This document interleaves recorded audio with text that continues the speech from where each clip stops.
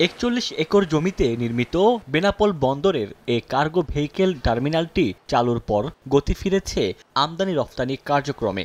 দীর্ঘদিনের পণ্যজট আর বন্দরের নানামুখী জটিলতা এখন আর নেই। সোমবার ভারত থেকে বিভিন্ন পণ্য আমদানি হয়েছে ৪৪১ ট্রাক, আর বাংলাদেশি পণ্য ভারতে রফতানি হয়েছে ১৪৭ ট্রাক। গত এক সপ্তাহে আমদানি হয়েছে ৩,৪৭২ ট্রাক আর রফতানি হয়েছে ১,৩৫৮ ট্রাক।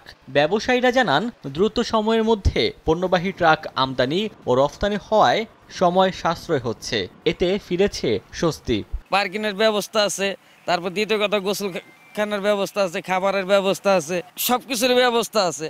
এখন বর্তমানে আগের মতো আমাদের কষ্ট করতে হয় না। আমাদের ইন্ডিয়ান ড্রাইভারদের নিরাপত্তা সুনিশ্চিত হয়েছে এবং যানজট মুক্ত হয়েছে।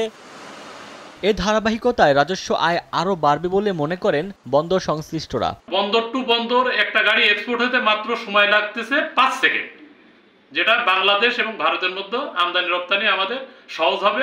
আমরা আশাবাদী এটি আগামী দিনে আমদানির পরিমাণ এবং রপ্তানির পরিমাণ বৃদ্ধির পাশাপাশি বাংলাদেশের জাতীয় অর্থনীতিতে গুরুত্বপূর্ণ ভূমিকা পালনে সক্ষম হবে। ৩২৯ কোটি টাকা ব্যয়ে নির্মিত কার্গো ভেহিকেল টার্মিনালটি উদ্বোধন করা হয় গত ১৪ নভেম্বর। সময় সংবাদ, বেনাপোল।